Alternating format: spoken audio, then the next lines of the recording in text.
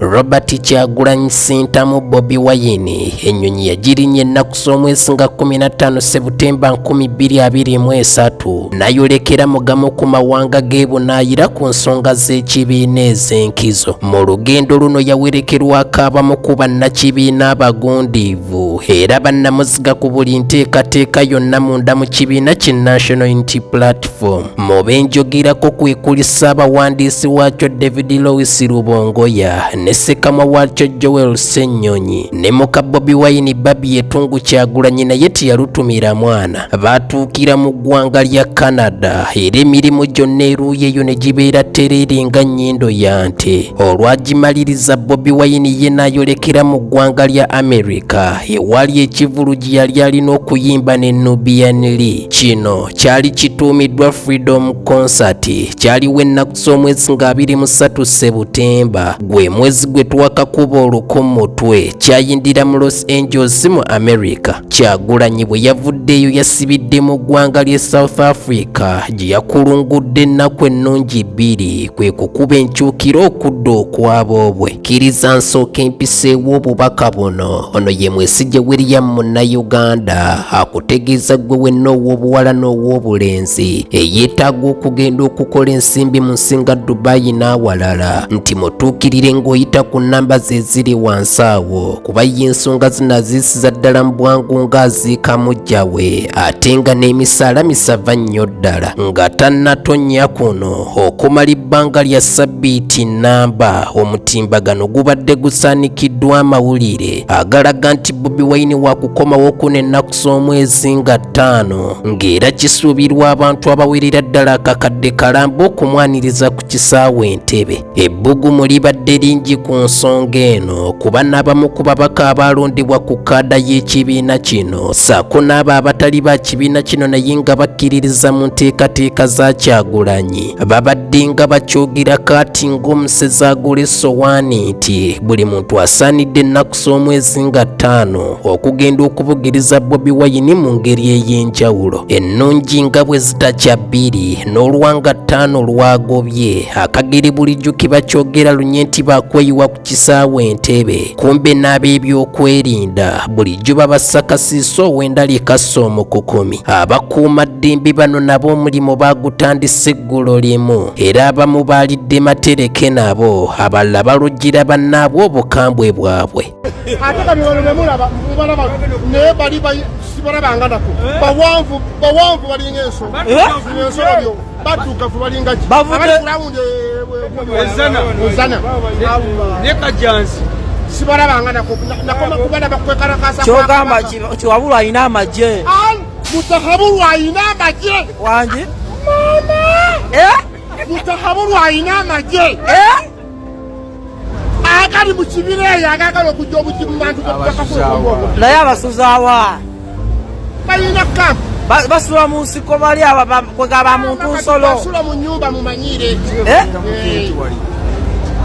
Bobiwine ennyonyi yamujje South Africa yamusudde mu ggwanga ly'e Rwanda oluvannyuma gy'alinnyidde emusudde ku kisaawe Entebbe ku ssaawa 4 ez'okunkya. Bwe nkugamba nti ab'emigemera wala baaganyizza omuntu yenna okutuuka ku kisaawe Entebbe mba nkulimbye kuba ne gwe babadde bajja okunona abakuumaddembe nabo obwedda bamwesunze ng'ambaga anti olubadde okuseetula ekigere ku madaala g'ennyonyi mwajjidde ne bamuyoolerawo ne bamussa mu mmotoka yaabwe ebiddiridde Bobiwine mwennyini yabinyumya nga sinnakuwa ku ddoboozi lya Bobiwine nkujjukiza okulanga nange ebyamaguzi byo olwo nno osobola okwettanirwa abaguzi nfunira ku nnamba yange eyita wansi awo. Ntuuse olwaleero Entebbe ku kisaawe ku ssaawa 4 ez'okumakya nga nzigidde ku nnyonyi ya Rwanda Air naye olubadde okutonya ku kisaawe bansise ku nnyonyi abasajja abambalidde mundu nga tebali mu uniform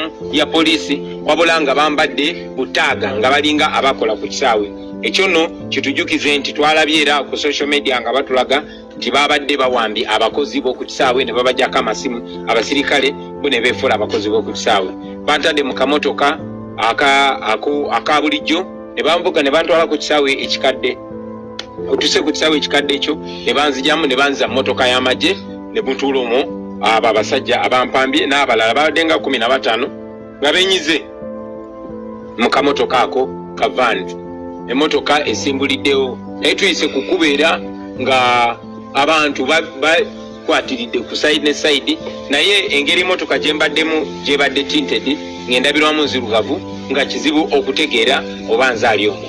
Naye era ndowooza abantu bwe balabye kadenge ya poliisi ng'egenda okuba obugombe bategedde butegeezi, engeri gye badde bawulidde nti bankute ku kisaawe bategedde butegeezi nti ndi omwo, bazze bampuubira ekyennaku nga tebasobola kundaba, naye nga nange mutima gwange badde mbawubira. Bannange mbeebaza nnyo mwenna abaavudde yonna gye mwavudde, abaavudde mu west, abaavudde mu east, abaavudde mu north, nammwe abaavudde mu central, mbeebaza nnyo. Mwebale nnyo okutulaga mukwano, mwebale tulaga buwagizi. Njagala okwebaza abakulembeze bannange abazze mu bungi ne bannona, mwebale kundaga mukwano, mwebale kundaga bwaseruganda. Olutuuse no wano asikali wange olubadde okugulawo ne bamugwira abapoliisi n'amagye n'agavubuka agabadde n'emmundu naye nga gali mu ngoye eza bulijjo, ne bamukubakuba era mugenda kufuna omukisa mwogereko naye, bamugyemu engoye endala ne baziyuza ne bamunyiga ebitundu bye ebyekyama, ekintu ekimenya amateeka, era ekimutaasiza kwe kuteekako kamera ne tutandika omubanja nga tuli ku kamera, kyebavuddeko ne bamuta.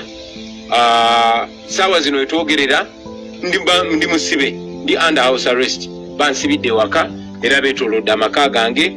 Tiyagasi gwe muwulira bakuba abantu bagezaako okujja okunkulisaayo. Emmanga eyo amagye ne poliisi gabembedde gabuuse ekikomera kyange, awalala awatali kikomera kya bulooka wali akatimba ne basalawo ne makansi mu bumenyi bw'amateeka ne bayingira era abali mu maka gange mu bumenyi bwa. Ebyo nga bigenda mu maaso, amaka ga Kyagulanyi nago kiragge bunguluddwa abajaasi ab'ebyambalo eby'enjawulo n'ennamunkanga ya poliisi, obwedde nayo tetakwebongera mu bwengula bw'amaka gano. Bweru nnyonyi kambalageko ku nnyonyi eyo.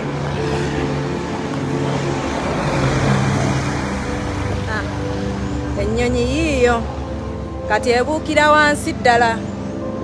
Mu mbeera eyo muka Bobiwine Babi obwedde akanda kuguba basirikale kwamuka amaka ge ku mbafuyira ndiga mulere. Banaye mukyali mu gundi mu kifo kye mutasa agamba nti kyammwe. Wabweru wa gate is where you belong.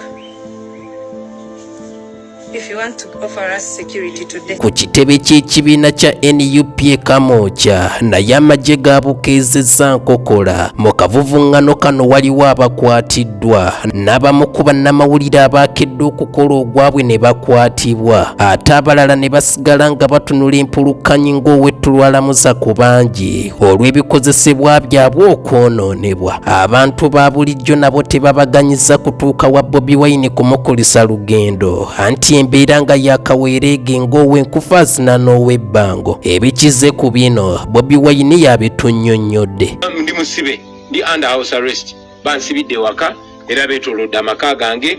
Tiyagasi gwe muwulira bakuba abantu bagezaako okujja okunkulisaayo. Emmanga eyo amagye ne poliisi gabembedde gabuuse ekikomera kyange, awalala awatali kikomera kya bulooka wali akatimba ne basalawo ne makansi mu bumenyi bw'amateeka ne bayingira era abali mu maka gange mu bumenyi bw'amateeka. Ono ye Muhammad Gwatara, nnyini Gwatara Garage mu ggwanga lye South Sudan, asuubuza sipeya wa pikipiki ow'omulembe ate era omuwangaazi ali ku mutindo okusingira ddala ow'ekika kya RZ. Mufunire ku +211 929 1 3 2 6 6. Nzija mi Radio Uganda.